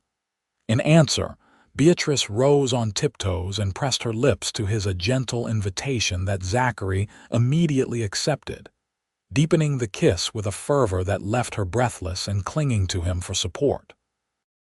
When they finally parted, both breathing heavily, the look in his eyes made her feel simultaneously vulnerable and powerful, desired and cherished in equal measure. "I should go inside," she said reluctantly. "It's getting late." Zachary nodded, though his arms remained around her. 10 more days," he said, the promise in his voice making her shiver with anticipation. 10 days and you'll be my wife in truth, not just intention." 10 days, she agreed, stepping back with equal reluctance. "Good night, Zachary." "Good night, Beatrice." Inside, in the privacy of her room, Beatrice pressed her fingers to her lips, still feeling the imprint of his kiss. For so long, she had believed that certain experiences, certain emotions were forever closed to her, that her mistakes had disqualified her from the kind of love and respect other women took for granted. But here, in this unlikely place with this remarkable man, she had found exactly what she had stopped believing was possible: acceptance, understanding, and the promise of a future unmarked by the shadows of her past. The news of their impending marriage spread quickly through the community, bringing Martha Wilson to their door the very next morning, practically bubbling with excitement and ideas. "A week from Sunday. My stars, that doesn't give us much time to prepare," she exclaimed, already making lists in her head. "You'll need a proper dress, of course, and flowers, and I'll organize the ladies to bring dishes for the celebration." "Martha," Zachary interrupted, amusement evident in his voice, "we were thinking of something simple, just a few close friends." Martha waved away his objection. "Nonsense. This is the social event of the season, Zachary Irwin, whether you like it or not. Everyone will want to celebrate with you." And so it was decided, with Beatrice's bemused acceptance, that their simple wedding would become a community gathering. Martha took charge of the arrangements with an efficiency that left Beatrice both grateful and slightly overwhelmed. The next days passed in a whirl of preparations. Mrs. Hawkins and Rebecca Collins helped Beatrice alter her best dress for the ceremony, adding lace from Mrs. Hawkins' own wedding gown to the collar and cuffs. Martha organized the women of the church to prepare food for the celebration. Even Mrs. Abernathy contributed, sending over a beautiful hand-pieced quilt as a wedding gift. Throughout it all, Zachary remained a steady presence, finding moments amidst the commotion to steal private conversations with Beatrice, to reassure her when the attention became too much, to remind her with a touch or a glance that beyond all the external trappings, this was about them, their choice, their future, their commitment to each other. The morning of their wedding dawned clear and bright, the sky a flawless blue that seemed to stretch forever. Beatrice woke early, a mixture of excitement and nervousness fluttering in her stomach. Today, she would become Mrs. Zachary Irwin, would pledge herself to this man and this life with no reservations, no looking back. Martha arrived mid-morning with Sarah and Rebecca in tow, shooing Zachary out of the house with instructions not to return until it was time to leave for church. It's bad luck to see the bride before the ceremony, she insisted, despite Beatrice's protests that they had already eaten breakfast together. The women helped her dress and arranged her hair, weaving wildflowers into the brown tresses that they let fall in soft curls down her back rather than in her usual practical style. "You look beautiful," Rebecca said warmly, adjusting the lace at Beatrice's collar. "Zach won't know what hit him." Beatrice smiled, touched by the friendship these women had offered so freely. "Thank you for everything." "That's what neighbors do," Martha said, wiping a suspicious moisture from her eyes. "Now let's get you to that church before Zachary thinks you've changed your mind." The small church was filled to capacity when they arrived, with people standing at the back and even peering in through the windows. It seemed every rancher, shopkeeper, and cowhands for 20 miles had come to witness the union of Zachary Irwin and his mail-order bride. As Beatrice stood at the entrance, Martha arranging her skirts one last time before taking her seat, she felt a momentary pang of insecurity. What would all these people think if they knew her past?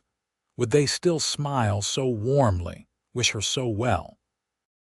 Then her eyes found Zachary, standing at the front of the church, tall and straight in his best suit, his dark hair combed neatly, his face solemn but his eyes finding hers across the crowded room with such certainty, such absolute confidence that all her doubts melted away. This man knew her, truly knew her, and wanted her anyway, chose her anyway. With that knowledge bolstering her courage, she began the walk down the aisle, alone but not lonely, her past behind her and her future waiting with outstretched hands. The ceremony itself was brief and traditional, with Reverend Jenkins speaking of commitment and partnership, of building a life founded on mutual respect and shared purpose. Beatrice and Zachary exchanged simple vows, promising to honor and cherish each other through whatever challenges might come. When Zachary slipped a gold band onto her finger, a surprise he had arranged without her knowledge, having ordered it from a jeweler in Santa Fe, Beatrice felt tears spring to her eyes at this tangible symbol of his commitment, his certainty. "I now pronounce you man and wife," Reverend Jenkins declared. "Zachary, you may kiss your bride." The kiss was brief, mindful of their audience but filled with promise.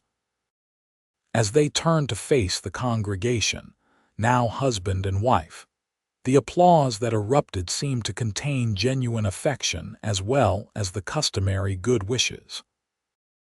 The celebration that followed, held at the ranch under canvas awnings erected by Eddie and Miguel, was more festive than Beatrice could have imagined. Tables groaned with food prepared by the women of the community. Someone produced a fiddle, and dancing broke out in the yard. Children ran laughing between the adults, dogs barking at their heels. Even Mrs. Abernathy unbent enough to share stories of her own wedding day, some 50 years earlier. Through it all, Zachary remained at Beatrice's side, his hand often finding hers, his eyes frequently seeking her face as if to reassure himself that this was real, that she was truly his wife. As the afternoon waned and guests began to depart, offering final congratulations and knowing winks that made Beatrice blush, Martha took her aside for a final word. "Be patient with each other," she advised, her usual exuberance tempered by genuine concern. "Marriage isn't always easy, especially out here where life itself is a daily challenge. But if you face those challenges together, if you remember why you chose each other in the first place, you'll build something beautiful." "Thank you, Martha," Beatrice said sincerely, embracing the older woman. "For everything you've done, but most of all for your friendship." Martha sniffed, blinking back tears. "Well, now you're stuck with me, aren't you? Neighbors for life." After the last guest had gone and Eddie and Miguel had tactfully retreated to the bunkhouse, Beatrice and Zachary found themselves alone in the house, their house now, truly shared. No longer a temporary arrangement, but a home they would build together. "Wife," Zachary said softly, testing the word as they stood in the front room, the evening light casting long shadows across the floor. "Husband," Beatrice replied, the word both strange and right on her tongue. He crossed to her, taking her hands in his. "Are you happy, Beatrice? Truly?" The vulnerability in his question touched her deeply. This strong, capable man who had built a ranch from nothing, who had faced hardship and danger without flinching, cared most about her happiness, her contentment with the choice she had made. "Yes," she said, meeting his eyes with complete honesty. "I never thought I could be this happy, Zachary. Never thought I deserved to be." "You deserve everything," he said fiercely, gathering her into his arms. "Everything I can give you and more." Their kiss deepened, passion flaring between them with an intensity that took her breath away. When he swept her into his arms and carried her to what was now their bedroom, Beatrice went without hesitation, all her earlier nervousness replaced by a certainty that this was right, that this man was hers and she was his, completely and without reservation.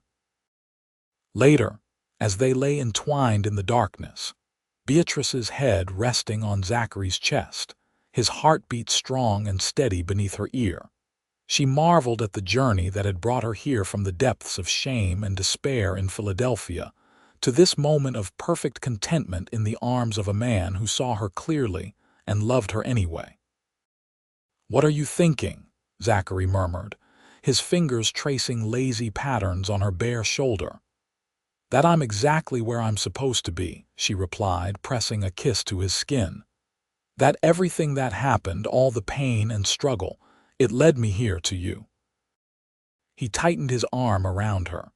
"I've been alone a long time, Beatrice.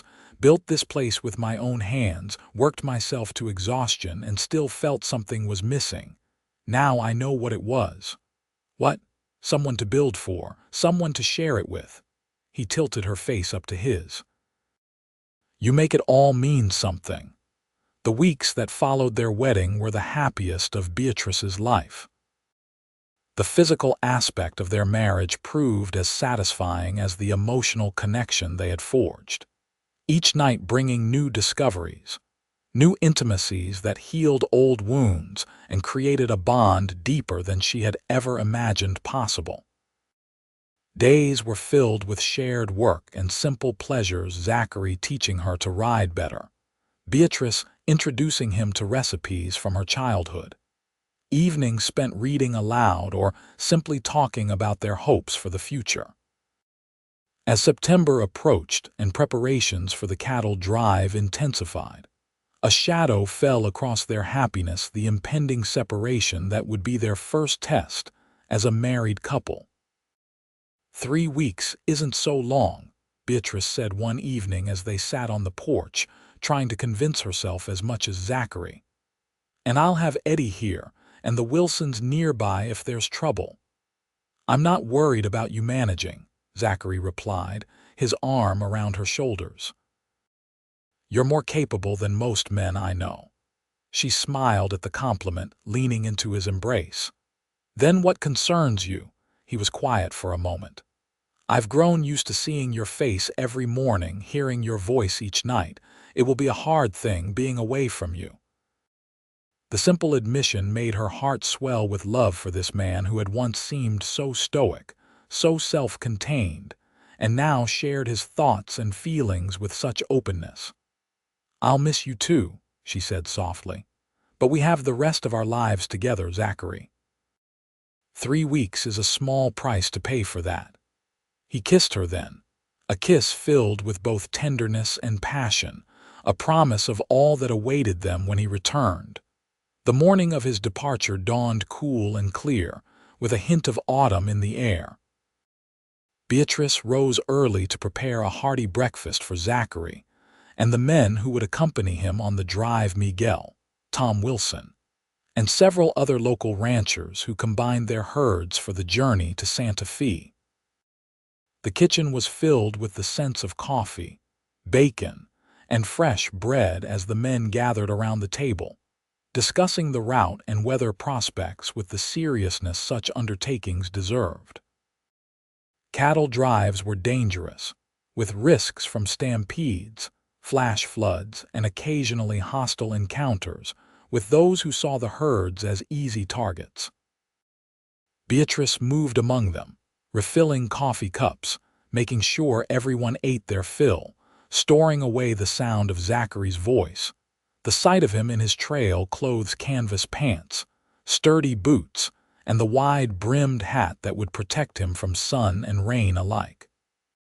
When it was time to leave, the men filed out, leaving Zachary and Beatrice alone for a brief, private farewell. "I'll be back by the 1st of October, he promised, holding her close. "Sooner if I can manage it. Be careful," she said, trying to keep the worry from her voice. "Come back to me whole and healthy." "I will." He kissed her deeply, then pressed something into her hand. "I have something for you." Beatrice looked down to find a small revolver, its handle inlaid with pearl.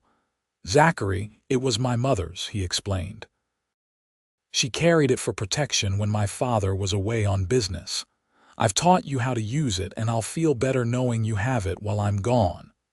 The gesture, practical yet deeply personal, touched her. "Thank you, but I'm sure I won't need it." "Probably not," he agreed. "But the territory can be unpredictable. Promise me you'll keep it close." "I promise." With a final kiss and a lingering look, he was gone, striding to where his horse waited, already saddled and loaded with his gear for the journey.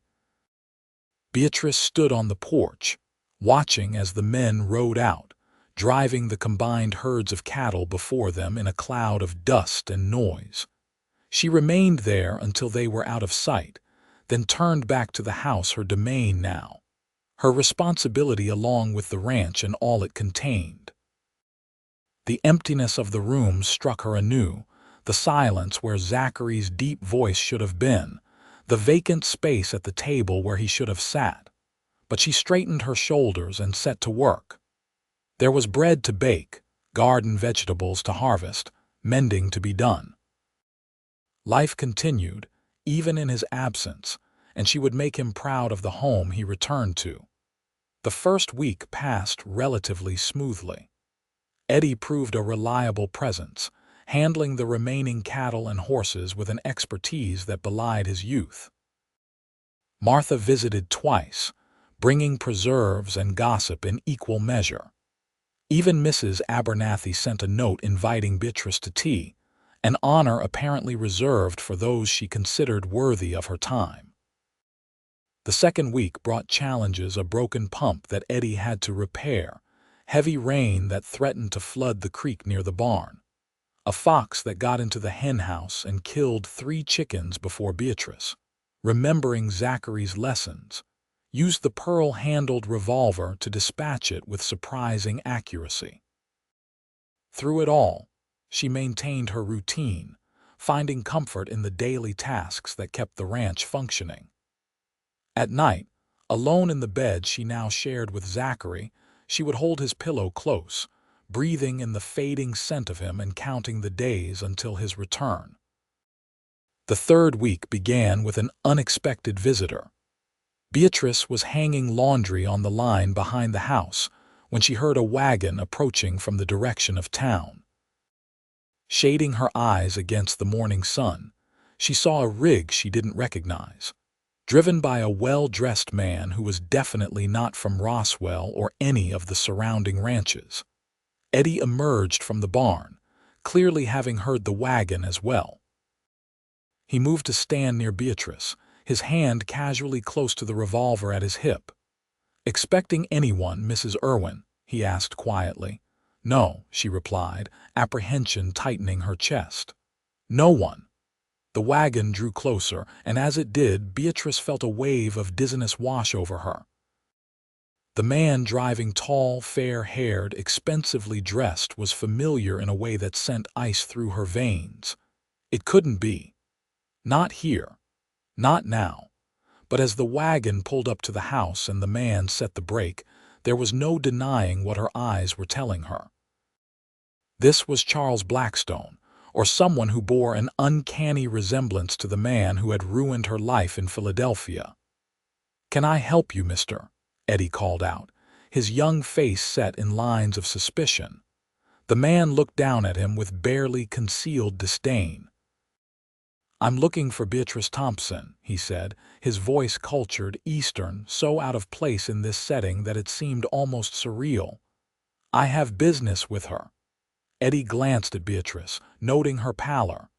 "Ain't no Beatrice Thompson here," he said firmly.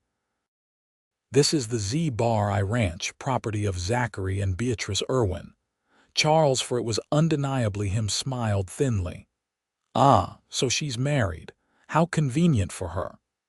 "Eddie," Beatrice said, finding her voice at last, "would you please check on the horses in the north pasture? I believe they might need water." "Mrs. Irwin," Eddie began, clearly reluctant to leave her alone with this stranger. "It's all right," she assured him, though she felt anything but certain. "I know this. Gentlemen, from Philadelphia, we have old matters to discuss." Eddie hesitated, then nodded. "I won't go far," he said, the promise clear in his voice. "Call if you need me." As he walked away, casting backward glances, Charles stepped down from the wagon, smoothing his fine coat with gloved hands. "Mrs. Irwin now, is it?" "You've done well for yourself, Beatrice." She lifted her chin, refusing to show the fear that threatened to choke her. "What are you doing here, Charles? How did you find me?" "It wasn't easy," he admitted, looking around with undisguised contempt at the modest ranch. "But my family has resources, connections. When it became necessary to locate you, it was simply a matter of following the trail." "Necessary," Beatrice repeated, dread pooling in her stomach. "Why would it be necessary to find me after all this time?" Charles' smile didn't reach his eyes. "Because you've become a liability, my dear. Your departure from Philadelphia was noticed, questions were asked, stories began to circulate. Your former landlady was particularly talkative once properly compensated." Beatrice's hands clenched at her sides. "I've done nothing wrong. I simply left to start a new life." "After spreading vicious lies about me and my family," Charles countered, his voice hardening. "Lies that could damage my position, my future prospects. Lies." Beatrice felt anger rising to replace her fear. "You know very well what happened between us, Charles. You know what you promised, what you did, what you took from me." He waved a dismissive hand. "Ancient history. What concerns me now is ensuring your silence going forward. I'm prepared to be generous, Beatrice.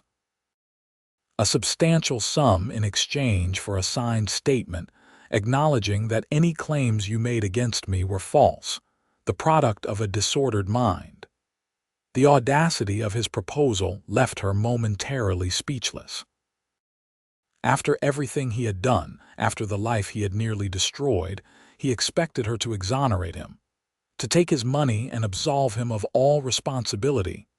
"No," she said, the single word emerging with more strength than she had expected. "I won't sign anything, and I won't take your money. I have a new life now, a good life, with a man who knows exactly who I am and what I've experienced." Charles' expression darkened. "Don't be foolish. Does your cowboy husband truly know everything? Does he know about the establishments you worked in after I left you? Does he know about the men who—" "Yes," Beatrice interrupted, unwilling to let him finish that cruel insinuation. "He knows everything, Charles, every painful detail, and he married me anyway because he's twice the man you could ever hope to be." Anger flashed across Charles' handsome features. I don't think you understand your position, Beatrice. I didn't come all this way to be refused. My family's reputation must be protected, and one way or another, you will cooperate." The threat in his voice sent a chill down her spine, but Beatrice stood her ground. "You have no power over me anymore, Charles. This isn't Philadelphia, where your family name means something. Out here, you're just another Eastern dandy with too much money and too little sense." She hadn't heard Eddie approach, but suddenly he was there, his young face set in determined lines, his hand resting openly on his gun now. "Everything all right, Mrs. Irwin?" he asked, his eyes never leaving Charles. "Mr. Blackstone was just leaving," Beatrice replied steadily. "He's made a long journey for nothing, and now he'll be making an equally long journey back." Charles looked from Beatrice to Eddie, assessing the situation. His hand moved slightly toward his coat, and Eddie immediately drew his revolver. "I wouldn't," the young man said quietly. "I may look like a boy to you, mister, but I've been shooting since I could walk, and I don't miss." For a tense moment, Beatrice thought Charles might do something rash, driven by the anger evident in his tightened jaw and narrowed eyes. Then, slowly, he relaxed, his aristocratic features composing themselves into a mask of cold disdain. "This isn't over, Beatrice," he said softly. "I'll be in Roswell for the next week. When you've had time to consider your options more carefully, you can find me at the hotel." With that, he turned and climbed back into his wagon, gathering the reins with gloved hands that betrayed a slight tremor despite his outward composure. Without another word or glance, he drove away, the wagon raising dust that hung in the still air long after he had disappeared down the road. "Mrs. Irwin," Eddie's concerned voice broke through the roaring in Beatrice's ears. "Who was that fella? What did he want?" Beatrice sank onto the porch steps, her legs suddenly too weak to support her. "Someone from my past," she managed. "Someone I hoped never to see again." Eddie sat beside her, awkwardly patting her shoulder. "He threatened you." "Yes," she admitted, "but his threats are empty here. He has no real power." "Should I ride to town, send a telegram to the boss?" Eddie asked, clearly worried. He'd want to know about this. Beatrice considered the offer. Zachary would indeed want to know, would probably insist on returning immediately if he heard that Charles Blackstone had found her. But the cattle drive was crucial to the ranch's finances for the coming year. They couldn't afford for him to abandon it halfway through. "No," she decided finally. "Zachary will be home in less than a week. There's no need to worry him now. Mr. Blackstone won't return. He's made his attempt and failed." Eddie looked dubious but nodded. "If you're sure." "But I'll stay close to the house till the boss gets back, just in case." "Thank you, Eddie," Beatrice said, touched by his protectiveness. "You're a good friend." That night, alone in her bed, Beatrice found sleep elusive. Charles' appearance had shaken her more deeply than she cared to admit, dragging the past into her present with a violence that left her feeling exposed, vulnerable. The life she had built with Zachary suddenly seemed fragile, at risk from forces beyond her control. What if Charles went to others in the community with his accusations? What if he spread the same poisonous rumors here that he had in Philadelphia? Would her new friends stand by her? Or would they believe the word of a wealthy, educated Easterner over that of a mail-order bride with a mysterious past? More troubling still was the realization that Charles' appearance had somehow diminished her progress in leaving her shame behind. His very presence had reignited old feelings of worthlessness, of being tainted by choices made in desperation. Zachary had told her to leave her shame behind, but how could she when the source of that shame had followed her across the country, determined to silence her for his own protection? Morning brought no answers but did restore some of her determination. She was not the same frightened, vulnerable young woman Charles had exploited in Philadelphia. She was Beatrice Irwin now, mistress of her own home, wife to a man who knew her worth, a woman with friends and purpose and dignity. She would not let Charles Blackstone threaten all she had built. The day passed without incident, as did the next. Eddie kept his word about staying close to the house, making excuses to work on nearby fences or check horses in the closest pastures. Miguel returned from town with supplies and reported seeing a fancy Eastern gentleman at the general store, asking questions about the Z-Bar ranch and its owners. I didn't like his look, Miguel said, helping Beatrice unload the wagon. Too soft for this country, but mean around the eyes. Did he speak to you? Beatrice asked, trying to keep her voice casual. Tried to, Miguel replied with a shrug. I pretended not to understand English very well, but he was offering money for information, that much was clear.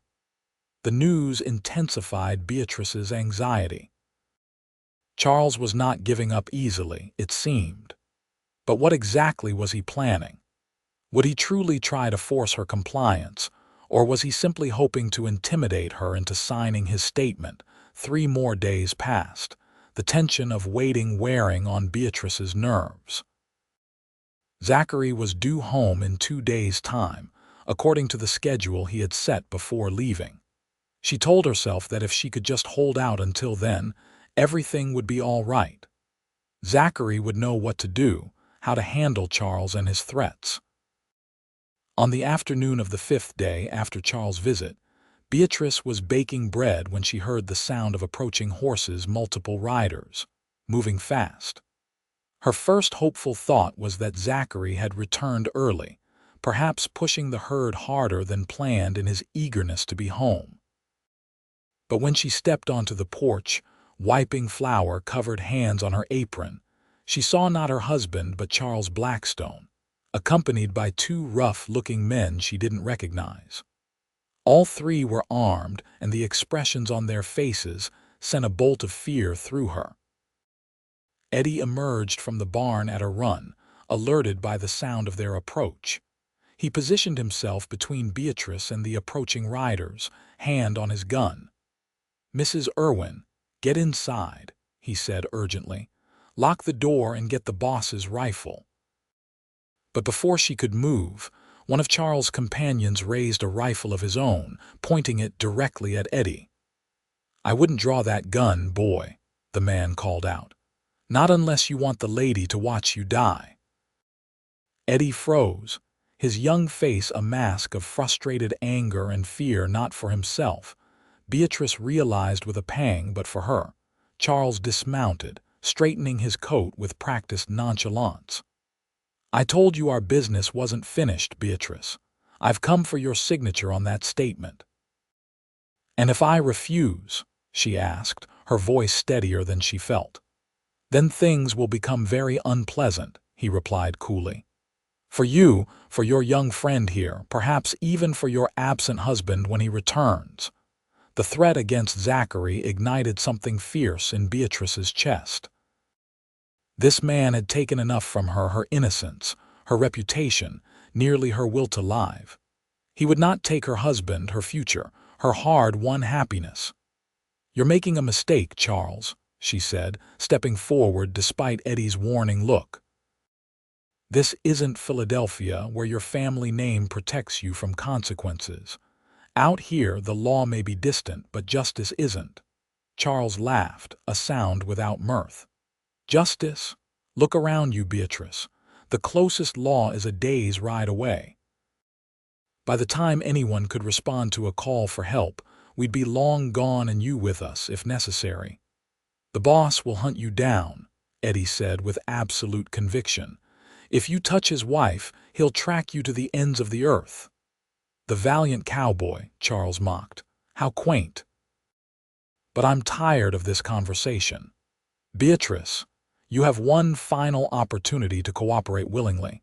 Sign the statement and we'll leave peacefully. Refuse, and I cannot guarantee the safety of anyone on this ranch. Beatrice's mind raced, seeking a solution, a way to protect Eddie and herself without capitulating to Charles' demands.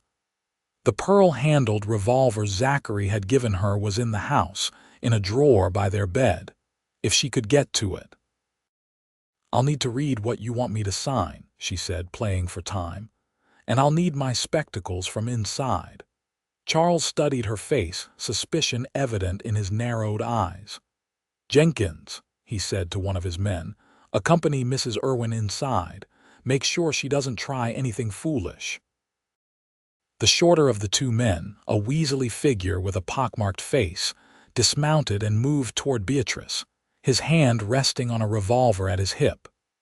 "Move," he ordered gruffly. With no choice but to comply, Beatrice turned and entered the house, acutely aware of the man following close behind. Her mind was still frantically searching for options as she moved toward the bedroom, where the revolver waited. "Where are these spectacles?" Jenkins demanded, looking around the neat front room with evident disdain. "In my bedroom," Beatrice replied, trying to keep her voice from trembling.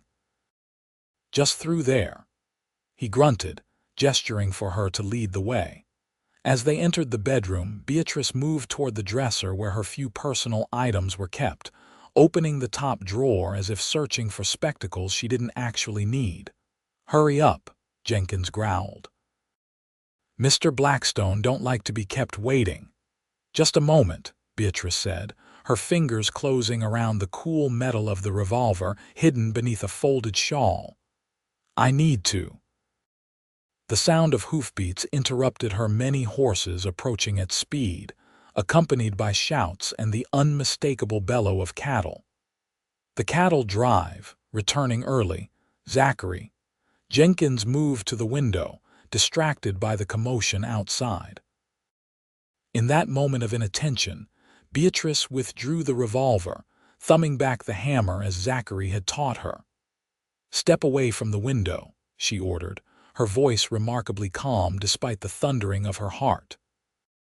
Jenkins spun around, his hand dropping to his own gun, but froze at the sight of the pearl-handled revolver aimed steadily at his chest. "You won't shoot," he sneered, though uncertainty flickered in his eyes. "I killed a fox at 20 paces last week," Beatrice replied. "You're considerably larger and closer. Now drop your gun and move to the corner." Outside, she could hear raised voices, Zachary's among them, deep and commanding, filled with a cold fury she had never heard before. There was the sound of a scuffle, a cry of pain, then silence. Jenkins, seeing his chances of escape dwindling, made a desperate lunge for her. Beatrice fired without hesitation, the report deafening in the confined space. The bullet struck his shoulder, spinning him around and dropping him to his knees with a howl of pain and shock. The bedroom door burst open, and there was Zachary, dust-covered and travel-worn, his face a mask of barely contained rage that transformed into relief at the sight of her standing unharmed, the revolver still raised. "Beatrice," he breathed, crossing to her in 2 long strides and gathering her into his arms with his right hand while his left kept his own gun trained on the wounded Jenkins. "Are you hurt?" "No," she managed, suddenly shaking now that he was here, now that the danger had passed. "I'm all right." "Eddie is fine," Zachary assured her. "Tom Wilson and the boys have Blackstone and his other man under control outside." At that moment, Miguel appeared in the doorway, his usually cheerful face grim. "Boss, the boys have got the other 2 tied up. What do you want to do with this one?" Zachary looked down at Jenkins, who was clutching his bleeding shoulder and glaring up at them with hatred. "Tie him up too. We'll take all 3 to the sheriff in Roswell tomorrow." As Miguel dragged the protesting Jenkins outside, Zachary turned his full attention to Beatrice, setting aside his gun to cup her face in both hands, his eyes searching hers. "When I saw those men at our house, and you weren't outside with Eddie." His voice broke slightly. "I thought I'd lost you." "I'm all right," she repeated, leaning into his touch. "But how did you know to come back early? How did you know I was in danger?" A grim smile touched his lips. "Tom Wilson's oldest boy caught up with us yesterday, said he'd seen suspicious men asking questions about us in town. Didn't sit right with me, so we pushed hard to get back." His expression darkened. "Who is Blackstone? What did he want with you?" Beatrice took a deep breath. "Charles Blackstone is the man from Philadelphia. The one who, the father of the child I lost." Understanding dawned in Zachary's eyes, followed by a fury so cold it was frightening to behold. "He came here to threaten you, after everything he'd already done. He wanted me to sign a statement saying I'd lied about him to protect his family's reputation," Beatrice explained. "When I refused, he decided to force me." Zachary's arms tightened around her. "I should kill him," he said softly, and she knew it wasn't an idle threat. "For what he did to you then and what he tried to do today?" "No," Beatrice said firmly, placing a hand on his chest, feeling his heart pounding beneath her palm. "He's not worth hanging for, Zachary. Let the law deal with him. Attempted kidnapping, assault. He'll face consequences he never faced in Philadelphia." Zachary studied her face for a long moment, then nodded slowly. "You're right, but it won't be easy seeing him and knowing what he did to you." "What matters is that he failed," Beatrice said. "He couldn't break me in Philadelphia, and he couldn't break us here. He has no power over me anymore over us." The truth of her own words struck her with sudden force. Charles Blackstone, the man who had haunted her nightmares for years, who had driven her from her home and nearly destroyed her sense of self-worth, had been defeated not just by circumstance or luck, but by her own strength and the love of the man who held her now. She had left her shame behind, truly and finally, not because Zachary had told her to, but because she had chosen to believe she deserved this life, this love, this future unmarked by the shadows of her past. Zachary must have seen some of this realization in her face, because his expression softened, his eyes filling with a pride that made her heart swell. "You're an extraordinary woman, Beatrice Irwin," he said quietly. "I'm your wife," she replied simply, "and that's all I want to be." He kissed her then, a kiss that spoke of relief and homecoming, of promises kept and dangers overcome. When they finally parted, both breathless, the sounds of activity outside reminded them of the unfinished business awaiting their attention. "I should see to our guests," Zachary said reluctantly. "Make sure they're secure for the night. The cattle are settled in the south pasture, but there's still work to be done." "Go," Beatrice urged. "I'll prepare food for you and the men. You must be hungry after pushing so hard to get home." "I was always going to come back to you," he said, a new depth of emotion in his voice.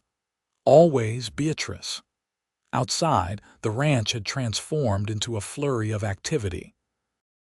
The cattle drive men, Tom Wilson, Miguel, and several others Beatrice knew from neighboring ranches, were securing Charles and his hired guns, treating Jenkins' wound, and seeing to the horses. Eddie approached Beatrice as she crossed to the kitchen, his young face a mixture of relief and lingering worry. "Mrs. Irwin, are you really all right? I should have done more to protect you." "You did exactly right, Eddie," she assured him, touching his arm. "If you'd drawn your gun against those men, you might have been killed, and that would have broken my heart. You were very brave." The boy, for despite his responsibilities, he was still more boy than man, blushed at her praise.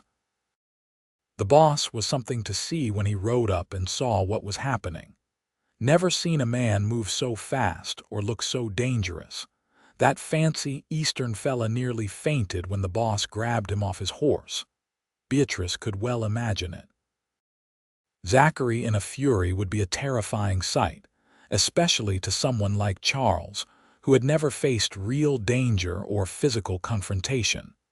As the evening progressed, the ranch settled into a watchful calm. The prisoners were secured in the barn under Miguel's guard. Tom Wilson sent one of his men to Roswell to alert the sheriff, who would arrive the next day to take the three into custody. The rest of the cattle drive crew settled in to share the meal Beatrice prepared, their usual boisterous spirits subdued by the day's events. Later, after everyone had eaten and most had retired to the bunkhouse or bedrolls in the barn, Zachary and Beatrice finally found themselves alone in their bedroom, the door closed against the world outside. "I never expected to see him again," Beatrice said softly as Zachary drew her into his arms. "I thought I'd left that part of my life behind forever." "You have," Zachary replied, his voice a reassuring rumble against her cheek. "After tomorrow, Charles Blackstone will face justice for his actions here, and then he'll return to Philadelphia and out of our lives for good." "Do you think he'll be punished? Truly?" Beatrice couldn't keep the doubt from her voice. Men like Charles rarely faced consequences for their actions, especially against women they considered beneath them. "The territorial courts take attempted kidnapping very seriously," Zachary said grimly, "and assault with a deadly weapon. He might have money and connections back east, but out here, those things count for a lot less than character and actions." Beatrice nodded, wanting to believe him, needing to believe that this chapter of her life was truly closing. "I'm sorry," she said after a moment. "Sorry that my past followed us here, that it put you and Eddie and the ranch in danger." Zachary tilted her face up to his. "You have nothing to apologize for, Beatrice. Nothing. What happened today wasn't your fault. It was the action of a selfish, entitled man who couldn't bear the thought that someone he had hurt might speak the truth about him." The absolution in his words, the complete absence of blame, washed through her like cleansing rain. "I love you," she whispered, the words coming naturally, inevitably. "I love you more than I ever thought possible." His eyes softened, the last traces of anger fading from his face. "And I love you, Beatrice Irwin. From the moment you stepped off that train in Roswell, trying so hard to be brave despite your fear, I think I knew you were meant to be mine." Their kiss deepened, passion flaring between them with an intensity heightened by the day's danger and their reunion after weeks apart. As they came together in the darkness, reaffirming their connection, their commitment to each other, Beatrice felt the last shadows of her past receding, replaced by the brightness of a future that belonged solely to them. Morning brought the sheriff from Roswell, a taciturn man named Foster who listened to their account of the previous day's events with growing disgust. He took statements from Beatrice, Zachary, Eddie, and several of the cattle drive men who had witnessed Charles' actions. Attempted kidnapping, assault with deadly intent, hiring guns to threaten peaceful citizens, Sheriff Foster summarized, his weathered face grim as he looked at Charles, who sat bound and sullen under Miguel's watchful eye. "You're facing serious charges, Mr. Blackstone. The territorial judge will be in Roswell next month, and he doesn't look kindly on Eastern gentlemen who think they can bring their bullying ways out here." "This is absurd," Charles protested, his usual polish beginning to fray. "It's her word against mine, and she's nothing but a—" "Choose your next words carefully," Zachary interrupted, his voice dangerously quiet. "Very carefully." Charles fell silent, perhaps finally recognizing the precariousness of his position. His hired guns had already turned on him, both offering to testify about his plans in exchange for leniency in their own cases. As Sheriff Foster and his deputies prepared to transport the prisoners to the jail in Roswell, Beatrice approached Charles one last time, Zachary at her side, his hand a warm, steadying presence at the small of her back. "I want you to understand something, Charles," she said, her voice calm and clear. "I'm not signing your statement, not today, not ever. The truth is the truth, whether you acknowledge it or not." Charles stared at her with bitter resentment. "You've ruined everything." "No," Beatrice replied, a new strength in her voice. "You did that yourself with your lies and your selfishness. But I'm not ruined, Charles. I've built a life here, a good life with a good man, and nothing you can do will ever take that away from me." She turned away then, Zachary's arms sliding around her waist as they watched Sheriff Foster lead the prisoners to the waiting wagon. As Charles Blackstone was helped into the back, his fine clothes dusty and torn, his handsome face marred by the bruise Zachary had left when pulling him from his horse, Beatrice felt the last weight of her past lifting from her shoulders. The mail-order bride had been carrying shame, but the cowboy had said, "Leave it behind, you're starting fresh." And finally, truly she had. 2 months later, as winter settled over the New Mexico territory with crisp nights and crystalline days, Beatrice and Zachary sat before the fire in their front room. A letter from the Roswell sheriff opened on the table between them. "So he's been sentenced," Beatrice said, reading the sparse details again. 2 years in the territorial prison. "It's less than he deserves," Zachary replied, stoking the fire with more intensity than necessary. "But it's something, and his family's money couldn't buy his freedom out here." The news brought closure rather than satisfaction. Charles Blackstone would serve his time, then return to Philadelphia, perhaps humbled by the experience, perhaps not. But he would never again be part of Beatrice's life, never again have power over her future or her happiness. "I have news too," she said after a moment, a smile playing at the corners of her mouth. Zachary looked up, curious at her tone. "What kind of news?" "Dr. Hanson confirmed it today when I was in town." Beatrice placed a hand over her still flat stomach, her eyes shining with a mixture of joy and trepidation. "We're going to have a baby, Zachary. Next summer." For a moment he seemed frozen, the poker still in his hand, his eyes wide with disbelief. Then he was on his knees beside her chair, gathering her into his arms with a gentleness that belied his strength. "A baby," he repeated, wonder in his voice. "Our baby." "You're happy then?" Beatrice asked, though his reaction had already given her the answer. "Happy doesn't begin to describe it," he said, pressing a kiss to her forehead, her cheek, and finally her lips. "A child of our own to raise here, to pass this land on to someday." The joy in his face, the tenderness in his touch as his hand covered hers over their growing child, filled Beatrice with a contentment so complete it brought tears to her eyes. "What is it?" Zachary asked, concerned at the sight of her tears. "Are you worried about the birth, Doctor?" "Hanson says you're healthy, doesn't he?" "It's not that," Beatrice assured him, wiping away the tears with a small laugh. "It's just, sometimes I can hardly believe this is my life, that I found you, that we built this together, that we're going to be parents. After everything that happened in Philadelphia, I never thought I could be this happy, this blessed." Understanding softened his features.